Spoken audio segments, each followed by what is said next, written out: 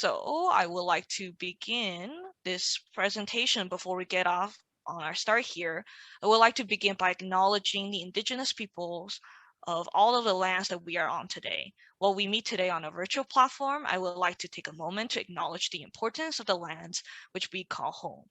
We do this to reaffirm our commitment and responsibility in improving relationships between nations and to improving our understanding of local indigenous peoples and their cultures. In your region, we acknowledge the ancestral and unceded territory of all the Haudenosaunee, Anishinaabe, Mississauga of the Credit First Nation, and Mississauga peoples that call this land home. Please join me in a moment of reflection to acknowledge the harms and the mistakes of the past and to consider how we are and can each, in our own way, try to move forward in a spirit of reconciliation and collaboration.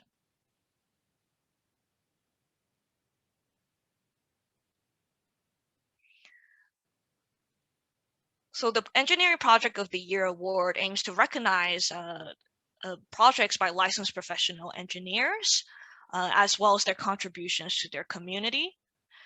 It raises public awareness of the engineering profession, connects the companies to their local engineering communities, as well as potential community partners. This year, we're very excited to announce that for each category, including the media, we will be giving first to third place, so 3 awards per category. And that virtual award ceremony, because COVID, will be happening on April 7th, 2021, from 5:30 until 7. I would like to start introducing our star-studded judging panel. Firstly, we have Marissa Sterling. She is the president of Professional Engineers Ontario, and she's the Associate Dean and Director of Diversion, Inclusion, and Professionalism at the University of Toronto's Faculty of Applied Science and Engineering. The second judge we have is Manal Chowdhury. She is a technical manager of grid innovation and at Electra's Green Energy and Technology Center. Next, we have Anna Murray, who is the Proton Exchange Membrane Technology Product Platform Manager at Cummins Inc. We also have Helen, who is the Rapid Transit sponsor at Metrolinx. And lastly, we have Annabelle Lee, who is the chair at PEO York chapter. And she is also the K-12 IT security specialist at IBM. So the schedule and plan, as stipulated in the guidelines, is each finalist will have 10 minutes of a presentation that is strictly enforced. So we encourage that you have a cell phone or some type of device to keep track, and up to 7 minutes allotted for the question and answers for the judges to the finalists. That means other finalists cannot ask questions to these finalists during that Q&A period. In case of any technical difficulties, don't worry. You have 5 minutes to reconnect back into the Zoom and resume at the time you left off of. For example, if you got disconnected at 2 minutes into your 10 minutes, you have 5 minutes to come back and you resume at where you elapsed, which is the 2 minutes, and you can continue on for the last 8. The judges have already declared any conflicts of interest. So regardless whether they will or will not be taking part in the scoring of the project, they will all be participating in the questioning of all finalists. And again, finalists, you are expected to stay for the duration of your entire category's presentations. I will give you a verbal indication in the wrap up that you all can exit the Zoom meeting. If you have a question during the session, please ask those with the prefix VAH. For the morning, it is Damilare, and the Zoom prefix of anyone who's a volunteer is V in the beginning. Got disconnected again, just come in through the same link. And if you don't know who to reach out to, message VZ Reza, and he will point you to the right person. Today's volunteer team is not just myself, it is Reza, Lisa, Damilare, myself, Huzaifa, and Hani. And in addition to that, we have a bunch of dedicated volunteers on our team that made this entire competition this year possible. So it's definitely a team effort, and I'm very grateful. I want to give a big thank you to them. So without further ado, let's start with the first M1 presentation.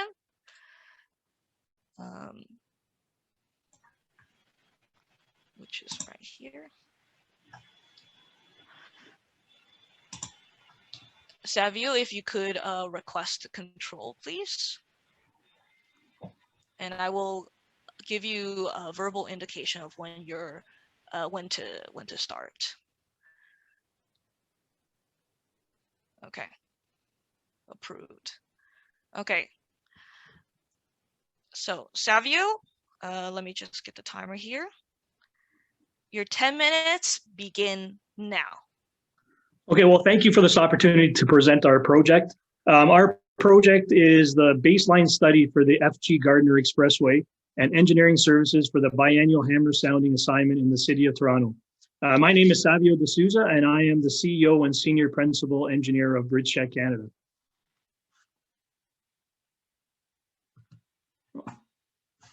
Sharon, it's not letting me advance. Oh, okay, here we go. Oh. Yeah. Sharon, it's not letting me advance my screen. Okay, here's a brief summary of BridgeCheck Canada. We're a civil engineering consulting firm, originally incorporated in 2006, and we began active operation in 2015. We currently have a staff of 25 to 40 people, and we are a local small business, but we have the capacity to successfully execute and complete large and complex projects such as this one. Our specialties include bridge engineering, condition surveys and biannual inspections, construction materials engineering, and construction support services inspection and testing. Safety is our priority, quality is our standard. So just to give you a brief history about the Gardiner, the Frederick G. Gardiner Expressway, commonly known as the Gardiner Expressway, is a municipal expressway in Toronto. It extends from the foot of the DVP in the east to the junction of Highway 427 and QEW in the west, for a total length of 18 kilometers. East of Dufferin Street to just east of the Don River, the roadway is elevated for a total length of 7.7 kilometers, unofficially making it the longest bridge in Ontario. And this segment was the focus of our project. Construction of the original expressway began in 1955, with the final section being completed in 1966. And the cost of construction was approximately $110 million. Our scope of work for this project included a structural baseline condition survey study of 10% of the at-grade structures and 10% of the elevated highway substructure components in order to determine an engineering rehabilitation program.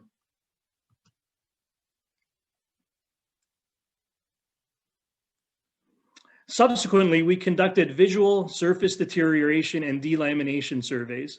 And a delamination survey, you can see in the photo on the top right, our guys are actually hammer tapping the surface of the concrete, and we're looking for any loose and unsound concrete. This was done for the entire 7.7 kilometer section of the elevated highway. And this was conducted twice a year in the spring and the fall to determine areas of concrete removals to protect the public from falling concrete. So innovation, technical merit, and distinction. BridgeCheck Canada implemented several value-added engineering and innovative non-destructive technologies to further enhance the accuracy of our engineering assessment of the concrete structure. First, we use ground-penetrating radar scans. So we utilized an innovative radar scan technology to identify the rebar size, spacing, and concrete cover in the concrete, and produced images of the remaining cross-sectional area of the reinforcing steel within these components. Condition assessments and reliability analysis of the non-accessible components of an existing structure is an engineering challenge. The conventional approach to inspect these deficient structures involves a set of intrusive tests, which are normally labor-intensive and time-consuming. Therefore, the test areas and the number of tests performed are normally limited. Moreover, the damaging nature of these tests make it difficult to use these methods frequently. These limitations make the process of selecting the areas under the investigation very subjective, and the results might not be conclusive. Non-destructive test methods provide a reliable and effective alternate for testing existing structures. NDT methods are relatively fast, repeatable, and can cover large areas of the structure. They provide an excellent opportunity in practice to track different damage mechanisms and monitor them throughout their service life. The photo here shows our guys using a Hilti PS1000 GPR to determine the condition of the rebar. Our drone there is a DJI Mavic mini drone, which we use to inspect all the close-up visual inspections of areas that were inaccessible or hard to reach. So these are the bearings, top of the bearing caps, and obstructed areas caused by the cross bracing. Service life modeling was further conducted with the parameters obtained from our structural baseline study to determine the remaining service life after years of exposure to chloride-induced water penetration in order to formulate a rehabilitation program. And we used a software called Life 365 from the University of Toronto. So environmental and social sustainability. The highway has been described as out of date, crumbling, and frequently traffic jammed, especially for the elevated section whose condition has deteriorated over the years. The elevated section, built with concrete girders, was not built to withstand the use of road salt in the winter. So as you can see in the middle photo, I won't get too technical here, salt created corrosion of the steel within the concrete piers, which expanded and weakened the steel and caused pieces of concrete to fall off. The City of Toronto commissioned a study of possible options to keep, demolish, or reconstruct the Gardiner. And it was found that the most economic and socially responsible solution was to extensively rehabilitate this elevated section. So in order to protect the health and safety of the public during the rehabilitation program, hammer sounding inspections of the Gardiner were conducted twice yearly, commencing in 2018 and continuing to date. Hammer sounding of the substructure was conducted to identify areas requiring immediate chipping, removals, and or shoring. The purpose of our engineering study was to eliminate or minimize falling concrete, which poses an immediate hazard to pedestrians, vehicles, and public safety. Immediately upon completion of our fieldwork, the City of Toronto contractors would chip and remove any areas that were deemed imminent safety hazards to the public. Construction staging was conducted so as to minimize disruption to traffic flow. As you can see in the photo on the left here, there's a piece of concrete that fell off the Gardiner a few years ago. The media made this into a big news story, and you can see from their vantage point in their photograph, it looks like a large boulder had fallen off the surface, but in fact, it was only quite a small area of concrete that had fallen. So commercial viability. Deteriorating infrastructure in the province of Ontario is a key concern to the economic viability of the province.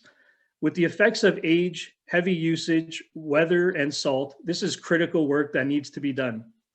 The City of Toronto developed the FG Gardiner Expressway Strategic Rehabilitation Plan in order to rehabilitate and keep the entire expressway in a safe and operable condition, now and into the future. And this strategic rehabilitation plan will be completed by 2027. So a layman's view formulated by driving or walking under the bridge is radically different from the reality of the structural issues with the bridge itself.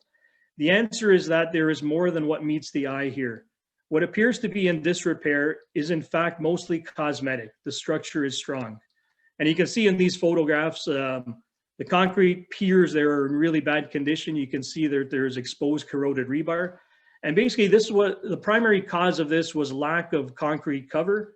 So this is the layer of top concrete between the top of the surface and the first layer of steel. There was also insufficient drainage caused from the deck, which leaked this chloride-induced water right onto the surface, causing corrosion. So the chosen rehabilitation strategy, among other things, had to take into consideration anticipated traffic flow on the freeway and adjacent arterial roads, pedestrian traffic below the freeway on Lakeshore Boulevard, and a lot of homeless campgrounds set up at numerous locations under the structure. During our investigation, which was predominantly done at night, we had a lot of occasions where homeless people actually jumped into our trucks to keep warm overnight. There was also a couple of campground fires that were set up adjacent to some bridge abutments, which caused localized damage to the structure. So impact to York Region and neighboring communities. The Gardiner is a critical stretch of highway that serves the City of Toronto, and by extending its service life, it allows people from neighboring communities to easily travel to downtown Toronto. That is, after the stay-at-home and emergency lockdown measures have been lifted. The purpose of our project, again, was to rehabilitate and maintain this critical piece of infrastructure while at all times protecting the public from falling concrete. Bridgecheck Canada has now successfully completed 3 years of the biannual hammer sounding contract. We have been able to work through the recent COVID-19 pandemic lockdowns as this project was considered an essential service in the province. However, in order to maintain the highest levels of health and safety of our staff and the public, several additional safety precautions were employed. One positive outcome of these lockdowns was the limited amount of vehicular traffic on the expressway during our fieldwork. Bridgecheck Canada has been actively operational in York Region from 2015 and is a proud member of the Vaughan Chamber of Commerce. We're also proud to announce that this project has also been awarded the 2020 Build, Construction and Engineering Award for the Best Civil Engineering Project in Canada. And this was a great way to promote and support our local businesses and to acknowledge our staff who and for their commitment to our company.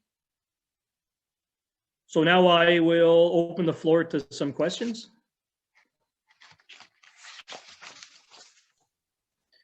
Thank you for the presentation. Sorry, Manuel, you want to go first? No, Helen, you can go ahead. Thank you. Thank you for the presentation. Savio, could you introduce a little bit what are the key engineering challenges for this study compared to other similar investigations? And what are your solutions? Thank you. Yeah, so basically the first project we did is to come up with the rehabilitation strategy. And as I mentioned earlier, the rehabilitation strategy is typically conducted using the MTO structure rehabilitation manual to determine the condition of these existing structures. The problem with that method is that it's very onerous. It's very destructive testing. We try to implement a lot of non-destructive testing to actually analyze the condition of the structure over time. So we use the ground penetrating radar. We use some aerial drone technology as well. And then when we were doing our surveys in the field on the second part of the project to make sure that none of the concrete fell out, there we're using our own zoom booms. We were minimizing the amount of lane restrictions on the Gardiner.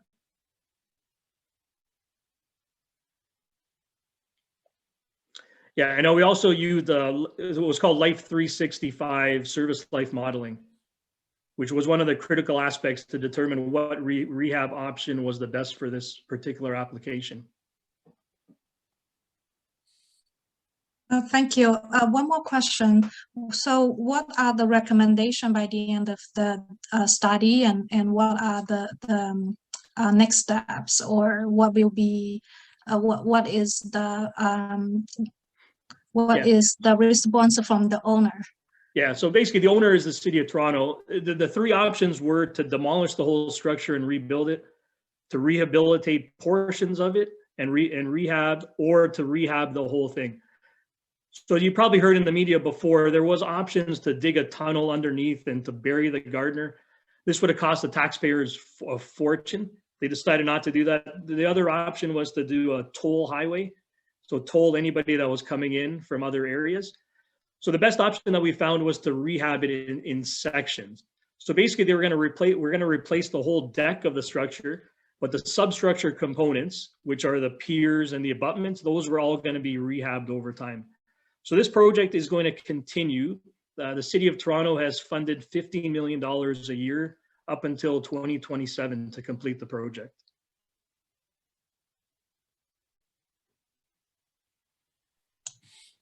Thank you. So if I well understand, this is Dana speaking, thank you for your presentation. You've been doing this for 3 years. Have there been rehabilitation projects started already during that time? And did you see the results of that in your hammer sounding? Yeah, so basically they've started the rehabs from 2018, and we're basically going from the east, so which is just east of the DVP, and we're going towards the west. So every year when we're doing our survey, we have to go back and still hammer sound everything that was done. So all the repair options, we have to make sure that those are conducted properly and all that concrete is sound. So every year when we're doing the whole stretch, the stuff that's being rehabbed is much easier to do because that's pretty sound concrete. but we have to make sure that the contractor that was doing the rehab did it properly. Thank you. I have a question with regards to some of the social impact. So you talked a bit about the homeless camps in the area, for example. Can you just expand a little bit more about how the project considered kind of societal impacts? Yeah, so the homeless thing, when we first started the project, we didn't anticipate these homeless cities being underneath the Gardiner. So we weren't allowed to kick them off their property. The City of Toronto wouldn't allow to do that. So we had to work around them. And these were predominantly around where Skydome is, around Spadina to Bathurst. There was a lot of homeless populations in there. The problem is that our guys, when they were on site, it was a little bit of a safety hazard for them too, because these guys they had all their mattresses and their bedding and all their used drug supplies on the ground. So we had to work around them. It was dangerous for our guys because some of them jumped into our vehicles, as I mentioned before, to stay warm during the cold winter months.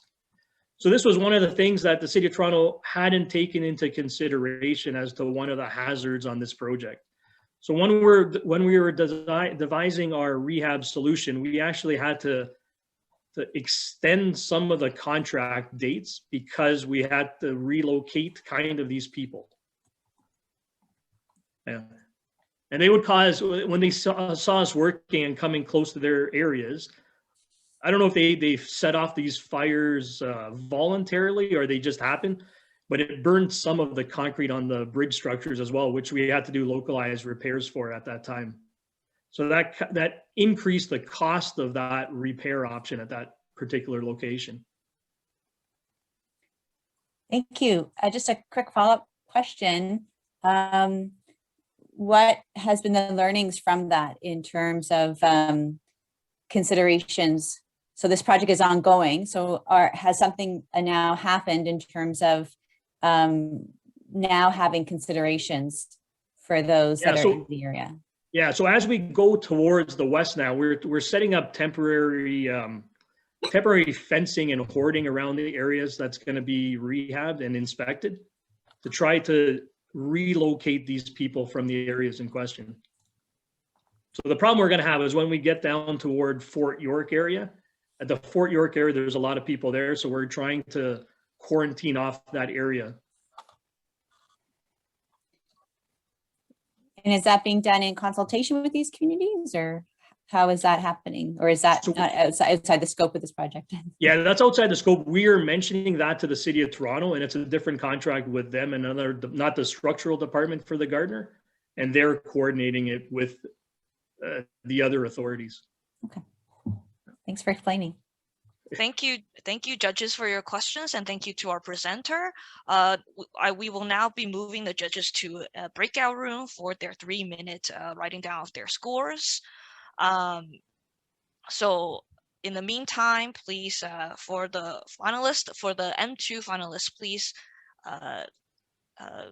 get ready so we can set you up for the next, for your presentation. Thank you. Sharon, I just gave you back control. Oh, thank you. Okay, thank you.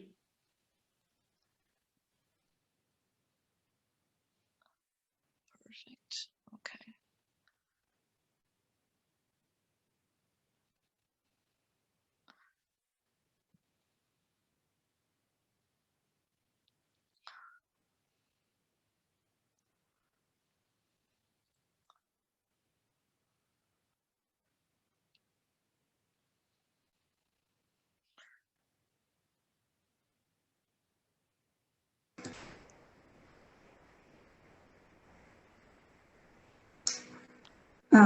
Hi, can I do the...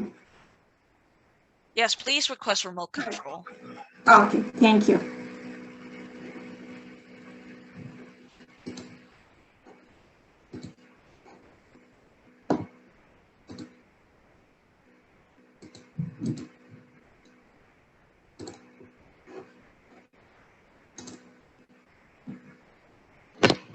Okay, please like move back and forth key on your to make sure you can navigate through it. Yes, okay.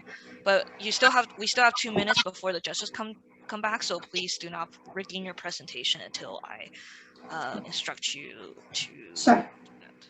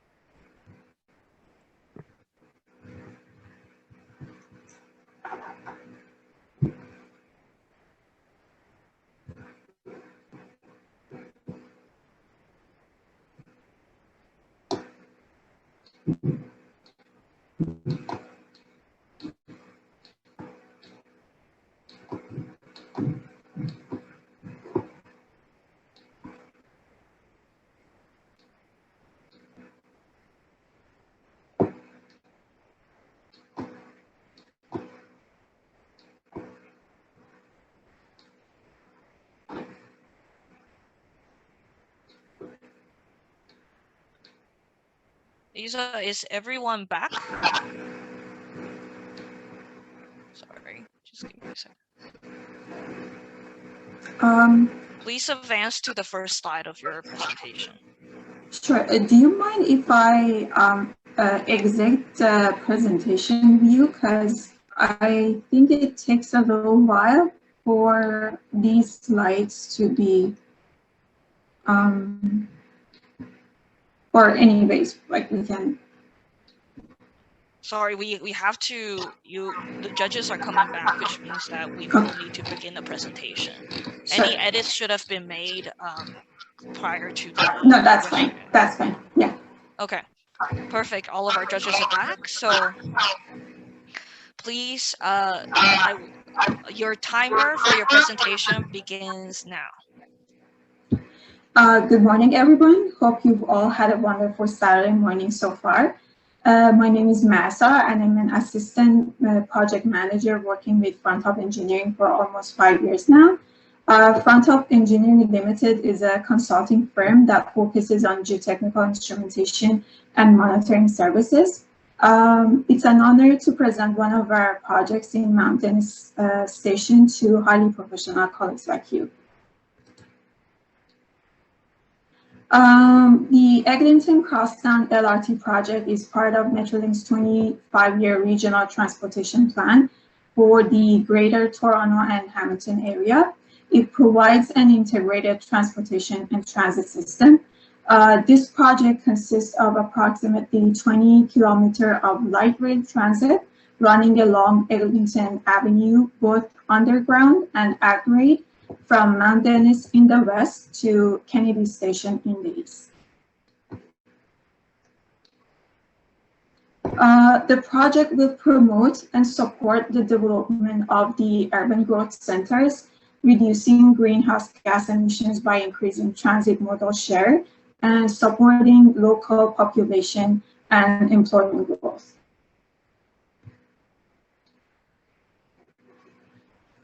Frontop was involved with the geotechnical instrumentation of Mount Dennis Station in early 2016. In general, Geotechnical Instrumentation and Monitoring Program, or GIMP, deploys multiple types of monitoring instruments to ensure the deformation of railways, buildings, ground, and shoring system is within the allowed limits. For this project, we installed a wide variety of instruments in field to monitor the impacts of work at open excavations, piling activities, and tunnel alignment, and also to assess the effects on adjacent structures, underground utilities, and monitoring and Metrolinx GO tracks. Our client expectation from us was to check the safety regarding public and construction work during the construction phase by implementing the comprehensive monitoring plan and installing the geotechnical monitoring instruments and carrying out real-time automated monitoring as well as on-site field monitoring and reporting. For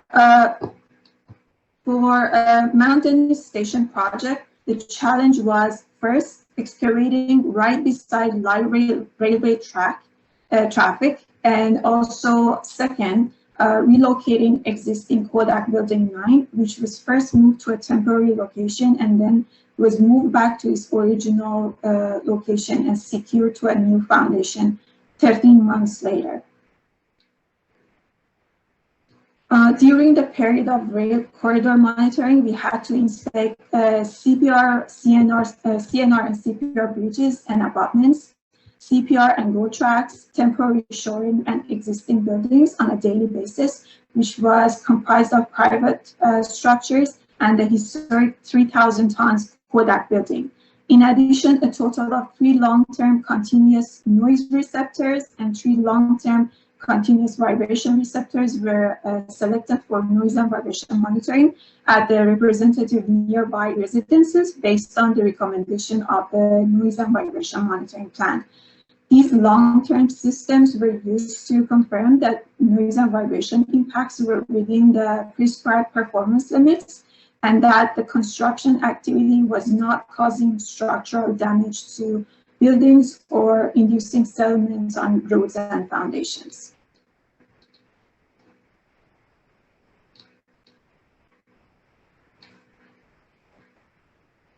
To fulfill the assignment, Frontop designed and used an in-house built GIS integrated cloud-based data management system called FDMS to collect data from the monitoring instruments installed in the field. The reason why real-time monitoring is so important today is that you can easily adjust your resources, and this preventive action will save unforeseen costs. We integrated the expertise of our IT professionals and geotechnical instrumentation engineers. All collected data was then processed near real time. Users could access all data virtually from anywhere with an internet access, and they provided FDMS login credentials. It enabled the client to respond to the problems right away. In comparison to other similar systems provided by the software companies in the market, it fits the real needs of our clients and our field technicians and engineers, and can be customized to various requirements.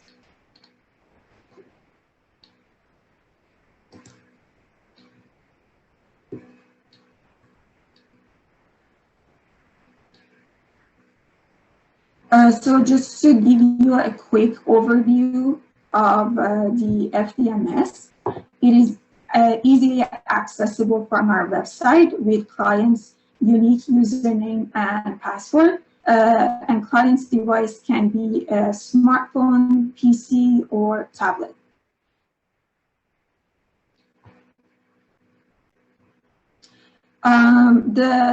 Through the toggle menu, a list of instruments is available, and you can view a GIS location of the instruments on the map.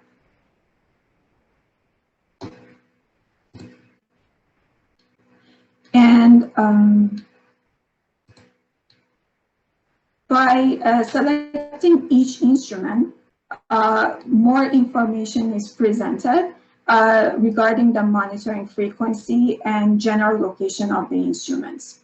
Also by hovering on the map and selecting a specific instrument, you can access information such as instrument ID, date of last reading, and latest displacement. Also, there is an option to view historical data.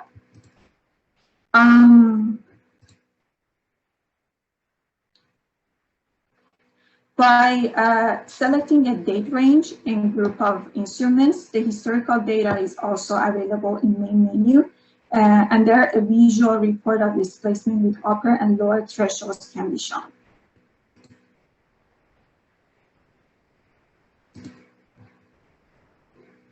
And also the entire data can be downloaded by selecting the desired date range and data group.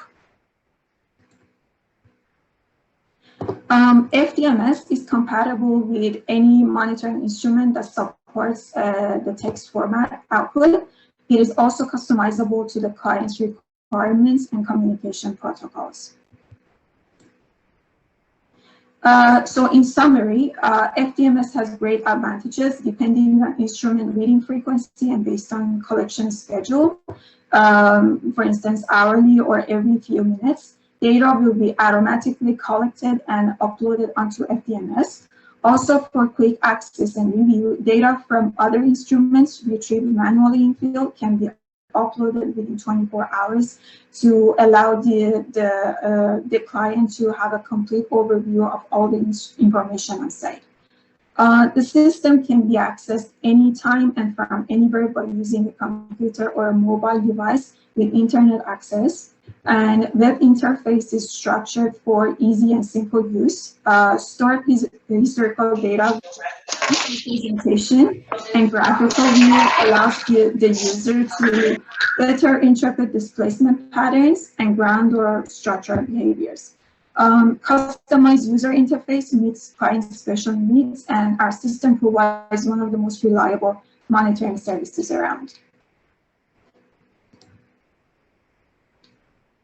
So finally, considering the long duration of the construction activities in the mountainous project, using the FDMS real-time monitoring platform was a commercially viable and cost-effective solution. In addition to significantly reducing the carbon footprint by cutting the site surveying visits, it eventually contributed to public safety, and I'm glad to say that Frontop successfully contributed to the higher goal of the project, which was to better connecting the communities in GTA and Hamilton area and to their financial growth.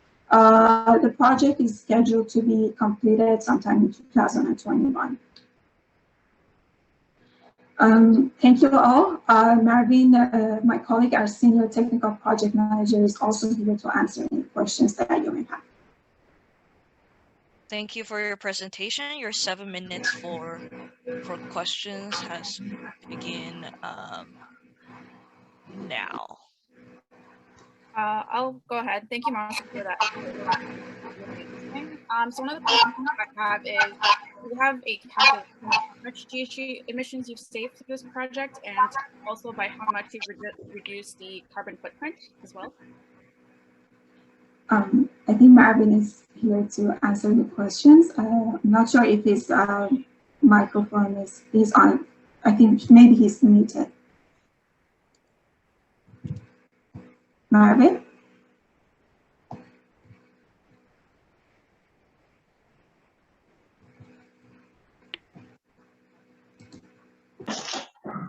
Hello, everyone.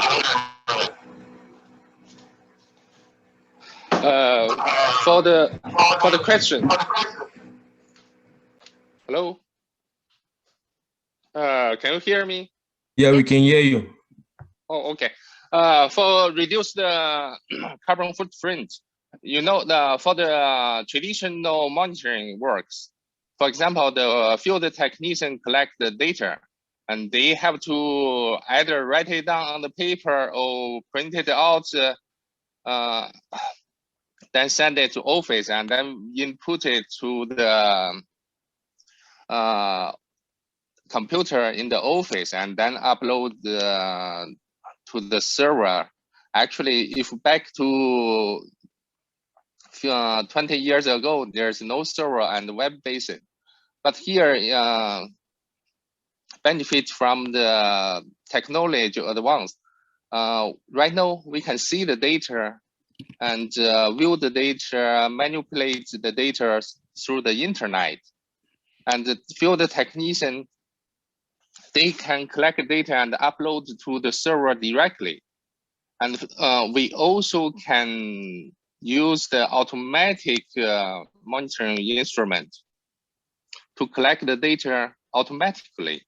And the server will collect the data by itself and reduce the need of travel, all these things, and office work, printing paper usage.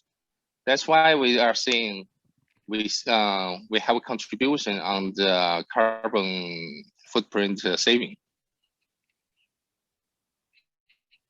Okay, that answers my question. I do have a follow-up one. And it's, what kind of metrics or insights have you gathered from this FDMS system that you've implemented? What do you mean metrics? You mean the data inputs? Yeah, or, you know, what have you noticed from the sensors that you've installed?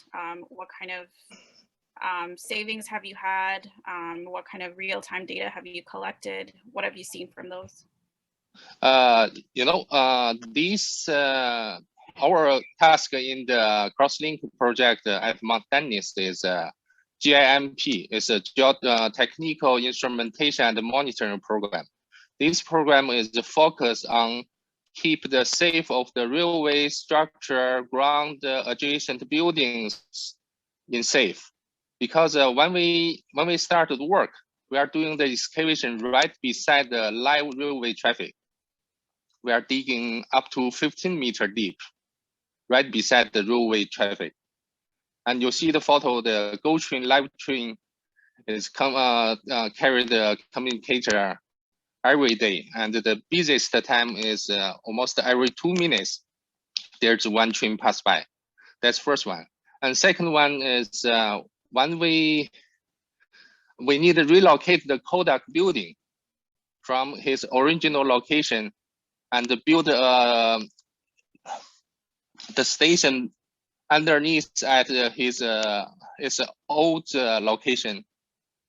After 13 months, when the new basement was built, we move it back. And during the moving, we need to monitor the Kodak building, make sure it's safe and sound. Those two challenges and the other way to keep the around the building and the structure safe, we deployed many sensors from the strain gauge, ground settlement, vibration, railway movement, load cell for the soaring, and soaring movement monitoring, all kinds of instruments. You can see from our slides, it's at least more than a dozen instruments. And all these instruments, either is manual reading or automatic reading by the logger. And all the inputs, all the data is the input of the matrix. And we either manually upload it to the server or automatic collect by the server and present on the web page by the end user. Thank you. Thank you. There's one. Oh, sorry. There's a minute and a half left for questions. Okay. Great. Thanks very much. Yeah, thank you so much for your presentation. I wanted to ask if you could share a little bit about what kind of market demand are you expecting or know about or foresee with this software technology that you've developed? You know, for the monitoring work, that's our daily routine and our main work field. Nowadays, especially the construction in the downtown area, lots of safety requirements from the engineers. For example, if you build a condo in the downtown area, you are digging up to 10 meters or sometimes 15, 20 meters deep right beside the existing building. And for sure, you want to make sure the adjacent building is safe and sound. And then you need to monitor the ground movement and structural movement. That's one field. And another, that's private sector. And for public sector, let's say, for example, MTO, we have a lot of construction, build a tunnel underneath crossing the MTO highway. Those things, MTO is very strict on the safety of the public. So if you are building a tunnel and their concern is that if the ground settled, what will happen? That's why every MTO crossing work, they require deploy lots of geotechnical instrumentation to make sure the highway is safe. Can I have a quick follow-up question, which is, what are the safety results so far on this project that you've shared with us? You mean for Mount Dennis? Till now, we are successfully controlled all the deformation. I mean, the ground, the structure, roadway, in what's acceptable level by the provided by the client. So we have some points, for example, the roadway, when they do the excavation, we have some points reach the review level.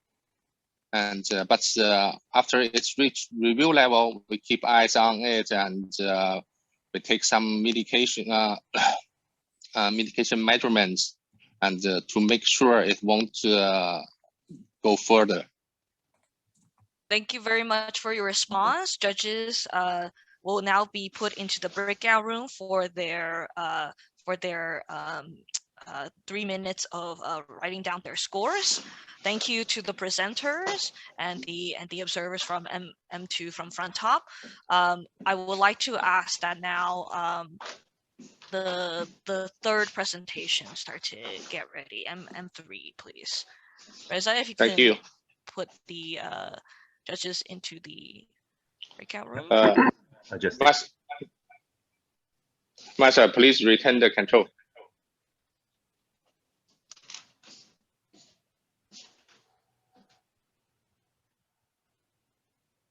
Masha, could you please retain the control? She has returned the control, don't worry.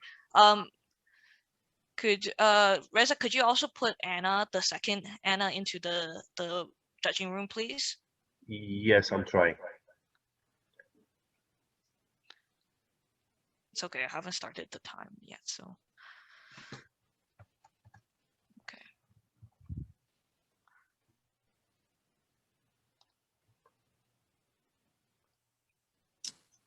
Am I going to get moved into the judging room?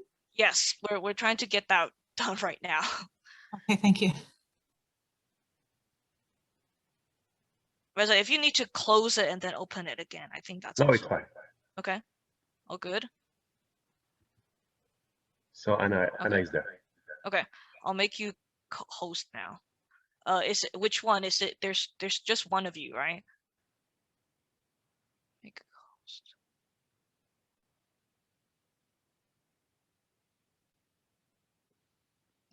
Okay, Ivan, please request control.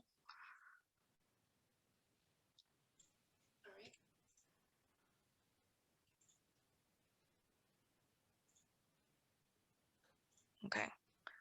So I'll be approving your request, but please and just like make sure your controls work, but then please don't begin until after the 3 minutes when the judges come back to begin your presentation.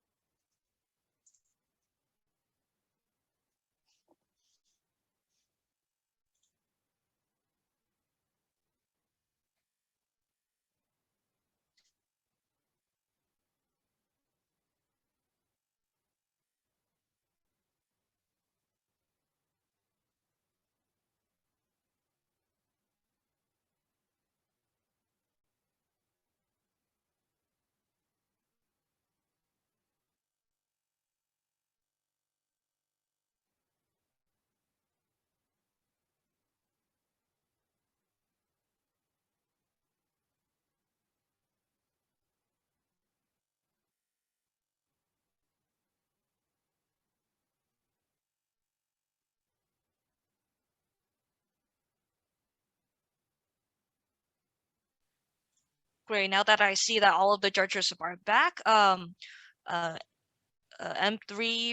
presenter, please begin your presentation starting now. Okay, well, hi everyone. Thank you for giving us the opportunity to talk a little bit about our project. So there's two of us here today. My name is Biannual, and we also have Michelle Albert. Sorry, I can't hear the presentation. Sorry, my mic was on my head. I'm sorry. Okay, I'm just going to start over. So thanks for giving us the opportunity to talk a little bit about our project. There's two of us here today. My name is Lee, and the project manager, Michelle Albert, is also here to help with answering any questions as needed. So our project's full name is the Climate Change Adaptation Approaches and Planning Considerations for York Region's Water and Wastewater Systems. But among our team, we've simplified that a little bit to the Climate Change Adaptation Study for York Region. So York Region put out an RFP in 2018 looking for consultants to help them complete a climate change risk assessment on their water and wastewater systems, and to use that risk assessment to help develop climate change adaptation actions.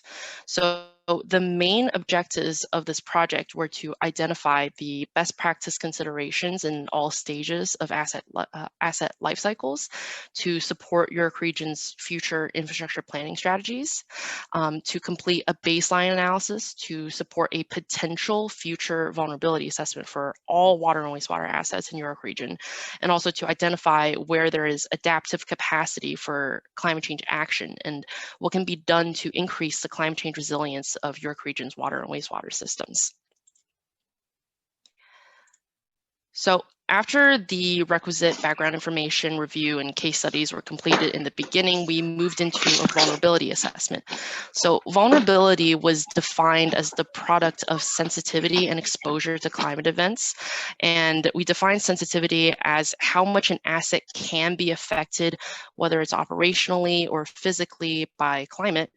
And exposure is how much an asset is expected to experience or be exposed to a climate event. So for example, water towers are highly exposed to freeze-thaw events because they are out in the open air, as opposed to an underground asset like trunk water mains or underground reservoirs. However, they're not very sensitive to freeze-thaw events because freeze-thaw events don't typically have major physical or operational impacts on water towers. So from this stage, we were able to identify which infrastructure and climate event interactions were considered high or medium vulnerabilities, and we took those forward to the risk assessment, and we disregarded the vulnerabilities that were classed as low. So something else that the risk assessment took into consideration was what the future climate in York Region will look like. So we completed a future climate analysis using several climate models which were localized to York Region. So the changes in climate were measured using Climadex indices, which measured 27 different climate factors. And the high-level conclusion that we drew from the future climate analysis is that there will be a rise in average annual temperature, and changes in precipitation patterns indicate that dry weather months will be drier in the future and wet weather months will be wetter. So this is some of the results from our future climate analysis. You can see that the box and whisker plots are grouped into groups of 3. And in these groups of 3, the leftmost is the baseline. So that represents kind of the present data points. The one in the middle represents the projections for 2050s, and the ones on the rightmost represent projections for 2080. So you can see that there is a very clear anticipated increase in temperature across all seasons. And for precipitation, there is much higher variability just because precipitation naturally has higher variability. So moving on to the risk assessment, the main objectives were to identify the highest risks to water and wastewater infrastructure, to understand climate change impacts more tangibly instead of theoretically, theoretically by looking at the data of real facilities in York Region, and to have sufficient sampling of York Region assets to understand the overall trends of climate change impacts. So for the risk assessment, only key assets from each type of asset were included in the assessment. And these key assets were identified through past criticality studies, floodplain analyses, and input from York Region personnel. So in the risk assessment, we define risk as a climate event which impacts a piece of water and wastewater infrastructure, which then would cause the occurrence of a risk. And risk was quantified and measured as the product of the likelihood of the occurrence of the risk and also the consequence of the occurrence, which were both quantified on a scale of 1 to 5. So after the risk assessment was completed, we were able to identify the highest risks that York Region infrastructure are projected to experience. So this diagram is structured to show how the climate event at the very top causes an impact to an infrastructure asset, which then leads to a measurable risk. So on the water system side, you can see that the highest risks are attributed to increase in temperature, extreme rainfall, and periods of drought. And on the wastewater side, it's very similar, the highest risks being caused by temperature increases and extreme rainfall. So from the identification of the highest risks, we were able to start developing a list of climate actions for York Region, which were aimed at addressing and mitigating these risks. So the climate actions that we developed were grouped into 5 action areas. And within these areas, there were specific goals that the actions were aimed at. So at the very top, for reduce negative environmental impacts, the goals were to control and prevent discharges to the environment and reduce greenhouse gas emissions. For building knowledge of climate risks, the goals included investing in studies and acquisition of new knowledge and enhancing and increasing system monitoring within the water and wastewater systems. For improving governance and culture regarding climate change, which is an internal thing for York Region, the goals were to improve awareness of climate change considerations within their staff, and also building staff capacity for enhancing operational resilience to climate change impacts. For designing for climate resilience, the goals were to ensure resilience for new infrastructure that's going to be built, and also improve the resilience of existing infrastructure, and also integrating climate change considerations at all points of asset life cycles. And the last one, improving operational adaptive capacity. The goals included improving equipment performance, improve ability to respond to climate impacts, and the ability to improve the reliability of their water and wastewater services. So one of the biggest tools that we developed for this project was this Power BI tool, which helped organize and visualize the risks in the assessment. So in this Power BI tool, you are able to sort and isolate certain factors, like on the screen, you can see that climate event impacts, risks, and facilities are all shown. And you are able to basically isolate certain things that you want to look at. So say you want to look at only the risks caused by extreme rainfall, and maybe you want to see specifically what kind of risks extreme rainfall will cause to one of these facilities. You're able to do that in the Power BI tool, and it visualizes the risks on these dials.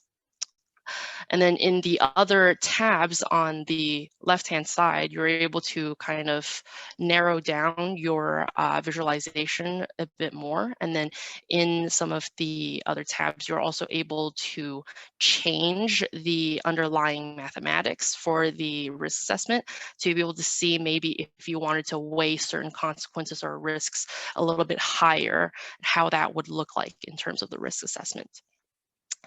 And that is the end of the presentation. Thank you very much. And opening up the floor to questions. And Michelle Albert is also here to help answer any questions if needed.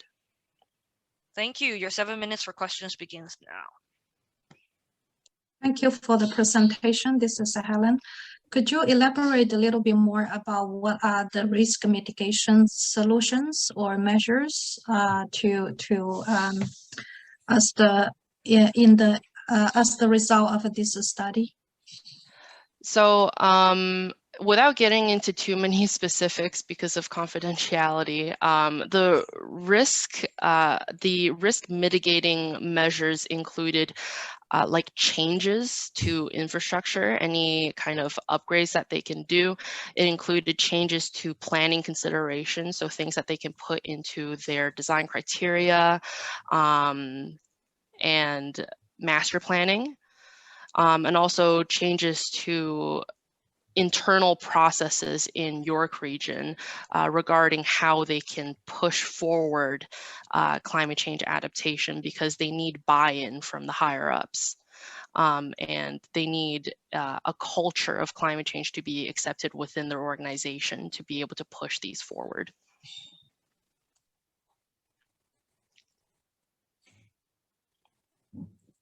Oh, Helen, sorry if you're speaking, I can't hear you. Sorry. So this study going to provide providing guidance to the region only, or it will also provide some guidance or requirements to the projects ongoing within the York region? So York Region is trying to implement the actions that we outlined in this project. As far as whether it will retroactively be applied to current projects, I think that is up to York Region. I'm not sure whether the current projects that are in place will take into considerations these actions, but for new projects going forward, so any new projects that they're planning currently will look at climate change. Okay, thank you. Yifan, I have a question for you. Great presentation. Can you speak a little bit about how the approach for calculating vulnerability and determining risk assessment is different from other climate assessment approaches and projects out there? Okay, yeah. So one of the things that one of the challenges that we came across pretty early on in the risk assessment area was we couldn't really find any risk assessment or climate change studies that were specifically focused on water and wastewater system. So a lot of the studies that we looked at were very kind of all encompassing. So they took into consideration all infrastructure assets, so transportation assets, buildings, et cetera, all those things. And when you try to make changes at that kind of a level, you can't really get down into like, operationally what you can do, or even like structurally, physically, when you are constructing a project, what changes you can make to help mitigate climate change impacts. So for us, delving into that was definitely a challenge, and we had a lot of support from York Region, a lot of really good data, really good expertise and input from York Region, which helped us achieve that. Great. I have just a quick follow-up question in terms of what will be the ways, if any, of sharing this knowledge into becoming standards or other practices out there? Is there any possible implications of that, or is that happening? Yeah, so York Region is hoping to become kind of I guess an example for other municipalities or communities that maybe want to make changes to their processes and planning in the same way. And the good thing about this project is that because York Region is such a large area in Ontario, the climate analysis can be easily kind of transposed onto nearby communities as well, because within this area in kind of like southern central Ontario, the climate will not be that different. So in that way, once these actions and once these processes are integrated into York Region processes and they have published it, other communities are able to see what they're doing, and then they can decide to leverage that to help their own internal processes for planning. Thank you. Thank you. Thank you for your presentation. This is Anna speaking. I was curious at what we're looking at right now. Was this tool the outcome of the study? So the outcome of the study is one of the outcomes of the study. Or So one of the outcomes? Yeah. yeah. So this was started internally as a way to help us kind of navigate and organize our data for the risk assessment. And then we showed this to York Region, and they were very interested in having this tool as well, because it's really, it's pretty powerful in terms of how much information you can gather from it and how quickly and easily you can do it. So yes, this ended up being given to York Region, and they are now the custodians for their version of this tool. Yeah, it looks like a very powerful visualization of a lot of complex data. Mm-hmm. Hi, thanks for the presentation. It was really great. I have a question regarding why you chose Power BI over other data visualization tools. So Power BI internally at WSP has quite a lot of buy-in from people. We love the tool. And it is pretty commonly used. So York Region did have a license to use it, I believe, when we showed it to them. So we ended up sticking with it. Fair enough. Thank you. Thank you, judges, for your questions. The 7 minutes is now up. So we will be opening up the breakout rooms for the judges to go and write down their scoring. Thank you so much to our presenter. I would like to ask the next M4 project, the next finalist to get ready for their presentation.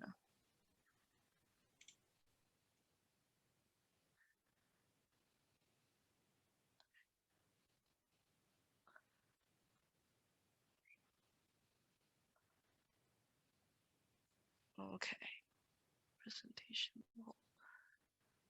Okay, Matt, I will be approving your remote control request now. Please don't begin your presentation yet, but try to see if you can control the advancing of the slides. Okay, try now.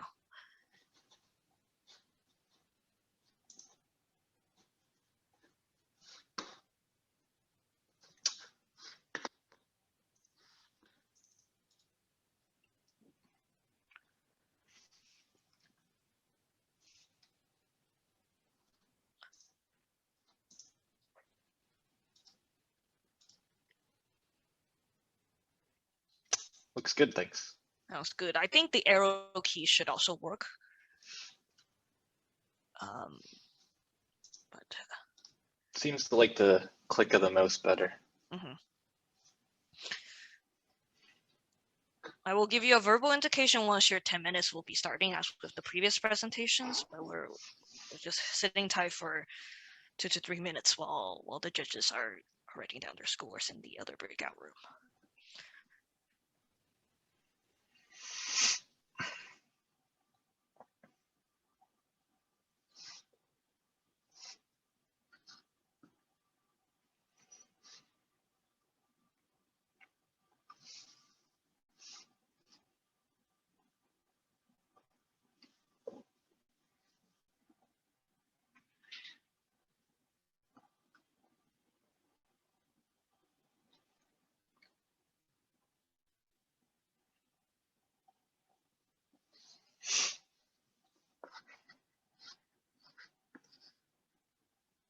Can you hear me okay? Yes, we can hear you fine. Perfect. Loud and clear.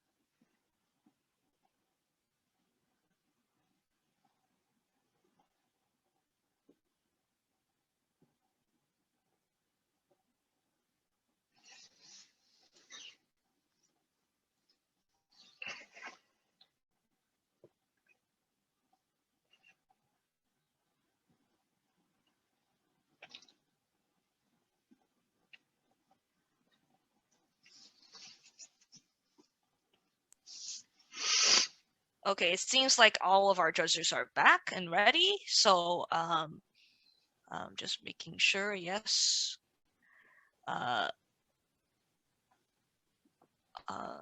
Wait, you try clicking on the slides again just to make sure you have the, yeah, okay, sounds good. Your 10 minutes, will begin now. All right, thank you, and thank you very much for the opportunity to speak today. It's an honor to be speaking in front of the judges here, and Savio, Masa, and Ifan, very good presentations. I learned a lot this morning, so thank you for those. My name's Matt Malone. I work for Civica Infrastructure. I'm the Vice President of Business Development. And today I'll be talking to you about new subdivision inflow and infiltration prevention. And just apologies for the hair. Hopefully the barbershop's open soon and I'll be first in line. So just a little bit about Civica. So we were founded in 2012. We currently have 2 offices, both located in Vaughan. I started back in 2015. There were maybe 15-ish, 20 staff, full-time staff at that time, and we've been able to grow over 50 staff, and it's been quite an exciting journey. Civica, we're capacity management specialists, so a lot of work in the wastewater, stormwater systems, and we help communities grow sustainably through an understanding of the infrastructure and helping to maximize the use of that infrastructure on behalf of our municipal clients. Just a little bit of background on inflow and infiltration. So a sanitary sewer system is designed to collect wastewater and some, a small portion of inflow and infiltration, and I'll refer to that as I&I. And so you can see on the left-hand side, there's a pipe, and there is a little bit of a design that allows for some I&I. It's just the nature of the business. But in actuality, we see in a lot of situations that the amount of I&I that's getting into sewer systems is much more than what that design allows for. And so there are some problems associated with I&I. If you've been involved and kept an eye on the news in Toronto, there is basement flooding, and there are basement flooding studies ongoing right now within the city of Toronto, and a lot of that is I&I induced. We would like to reduce I&I as to protect the environment. There are relief points in wastewater systems, combined sewer overflows, sanitary sewer overflows, and bypassing at treatment plants, allowed some of this untreated wastewater to go into the environment, which we're trying to help prevent that.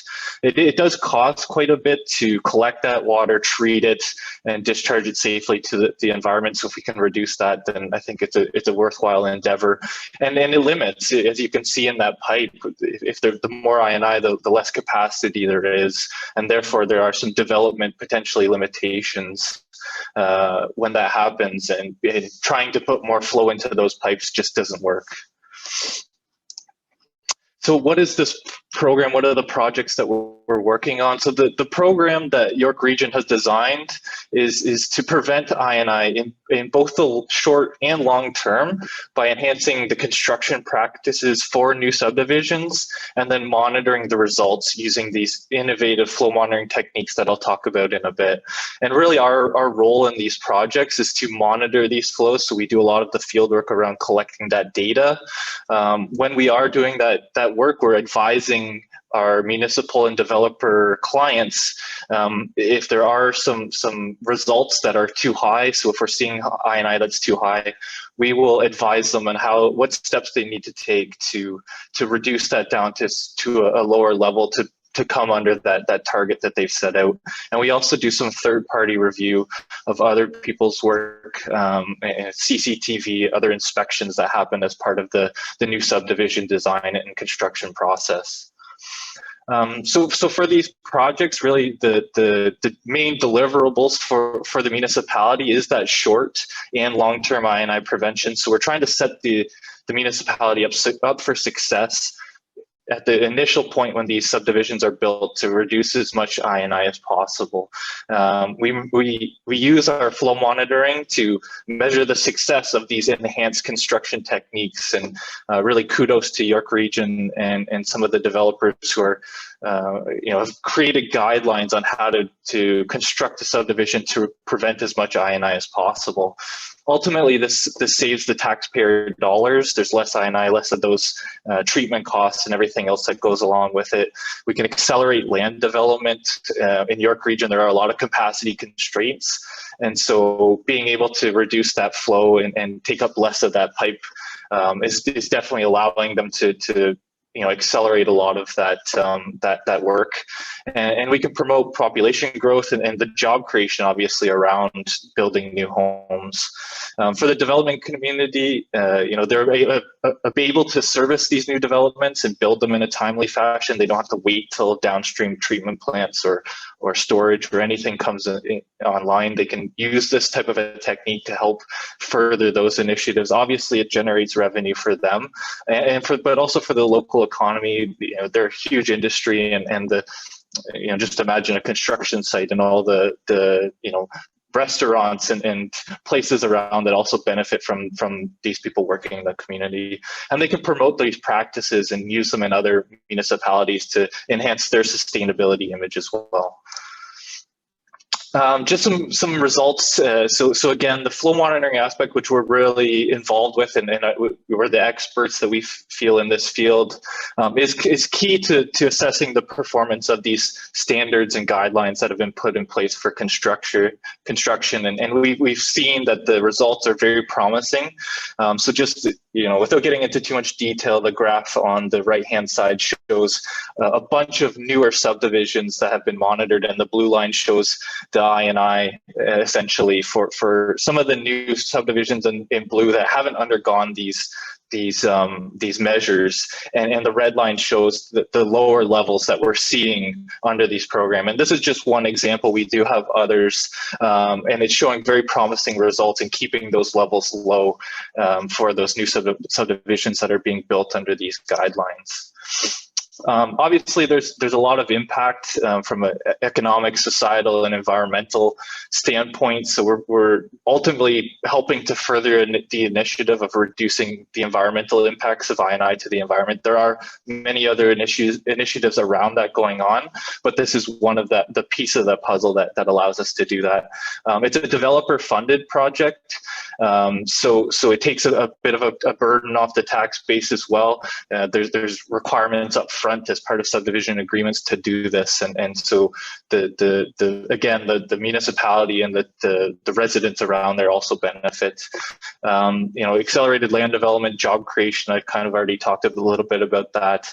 A community creation, there's a lot of development charges and community building around these new places, so it helps to create that community as well, and to save taxpayer money. Again, these measures are to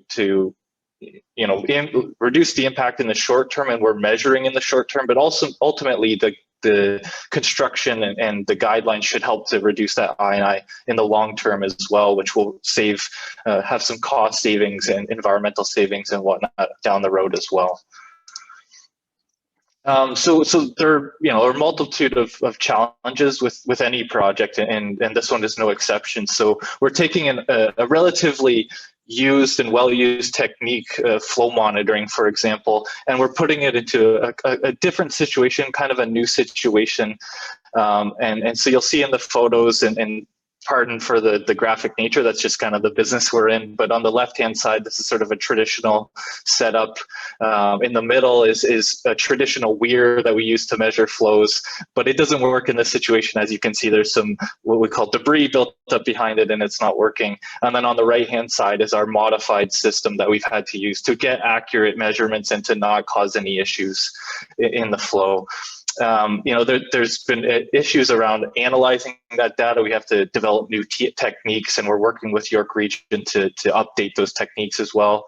There's a global pandemic. Obviously, we need to keep our staff that are going on site safe, so there's measures around that. And there's no long-term data. It's a new program, so we need to continually monitor and make sure that, yes, the guidelines and the measures that are being implemented are going to work in the long term. So we need to keep monitoring that going forward. So just the impact, again, we've monitored over 35 new subdivisions with very promising results, over 5,000 homes that have been part of this program. Over 80% so far have shown those levels lower than what they need to be, those targets, and we're working with the others that are above that to bring them down. I've already talked a bit about the land development, community creation of jobs, so I won't touch on that too much. And just another final point is that there are municipalities, other municipalities in the area that are really looking to York Region now for that guidance to implement similar programs in their municipalities. So with that, I thank you very much and open to taking any questions.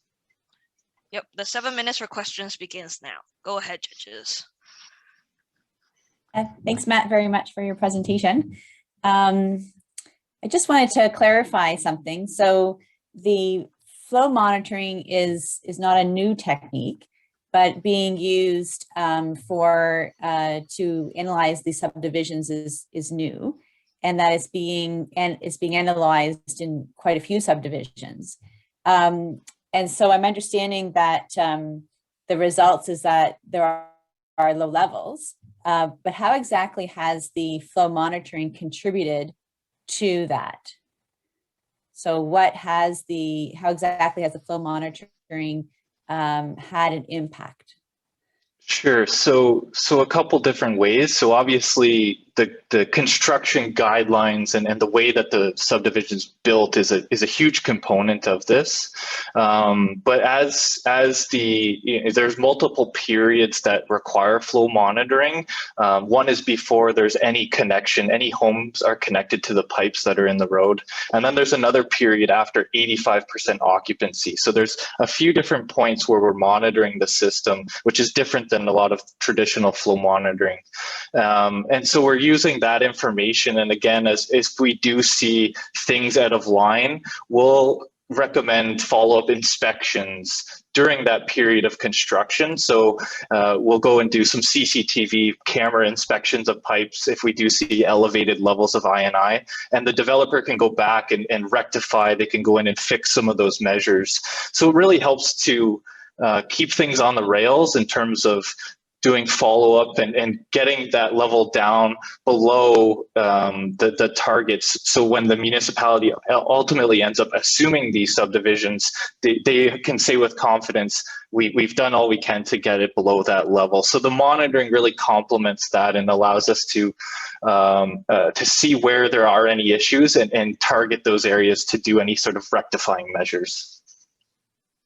Thank you. So just a quick follow-up. So my understanding that this had not been the practice in the past for subdivision development, and then how is this technique being considered in the industry going forward?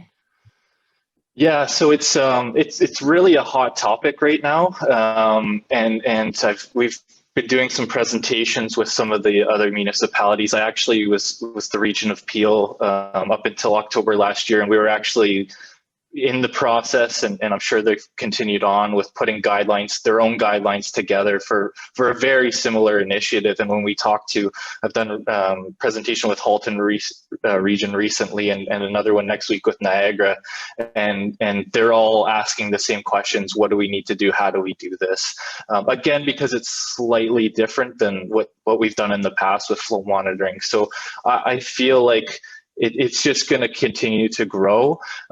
York Regions has asked us to help them put together guidelines specifically around the monitoring, and I think those will help to permeate into the other municipalities around too, so they can use that as a baseline for some of the work that they're ultimately going to be doing. Thanks so much. Thank you.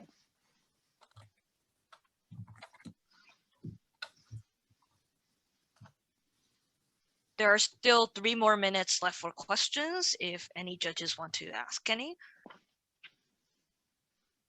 This is Anna speaking. Thank you for your presentation. One of the things you had mentioned was that you don't have a lot of historical data because this is fairly new. When did this flow monitoring technique start? How much data do you have at this point? Yeah, so I mean, as in the graph I showed, there's a lot of data for subdivisions that were built prior to this program. So there's a lot of baseline sort of data there. We've been doing this projects within this program since about 2015, 2016. So around 5 years. The graph I showed was the one that was in York Region's 2019 annual report. I think over the next year or two, there'll be a lot more data publicly available. So there's, there are a lot of, we've monitored over 35 subdivisions, including 5,000 homes. So there is more data coming.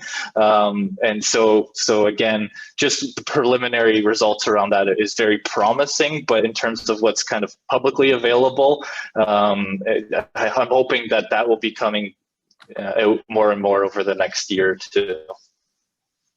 I hope that answers the question. Or is it just your data set?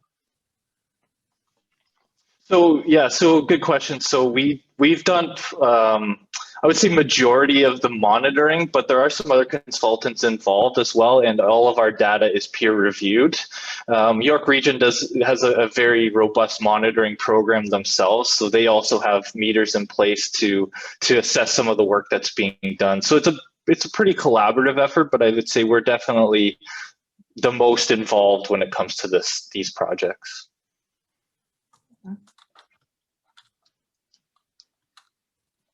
Is there time for more questions?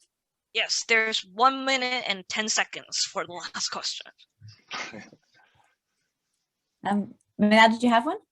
Yeah, I did. I had a follow-up question from Anna's. You mentioned something along the lines of you'd need long-term data collection in order to kind of fully assess the implementation of your system. So I was wondering, how long would that be? It's a very good question. And I think it's really one of the limitations that we see now is obviously if you just implement it and you have only a couple of years of data, really the design criteria is we want it at a certain level at the end of the life cycle of that infrastructure. And when we talk about wastewater systems, a lot of it's 50, 75 plus years in terms of what that life cycle looks like, right? So it's going to be a continuous effort. I think really the guidelines around the construction practices and how we monitor this will set us up for success. Ultimately, it does require that long-term data set to really make a sound judgment one way or another, but there's a lot of engineers, there's a lot of people involved with this. So I think just with those practices in place, there's going to be a lot of benefits reaped. Hopefully the data, when we are able to collect it, we'll say that in the future as well. Thank you, judges and presenters, for your questions. The 7 minutes is now up. I will now ask the judges to be going into the breakout room for their writing of their scores and deliberation. Thank you to Matt for your presentation, all the finalists who came here today. We're just going to start our wrap up while the judges are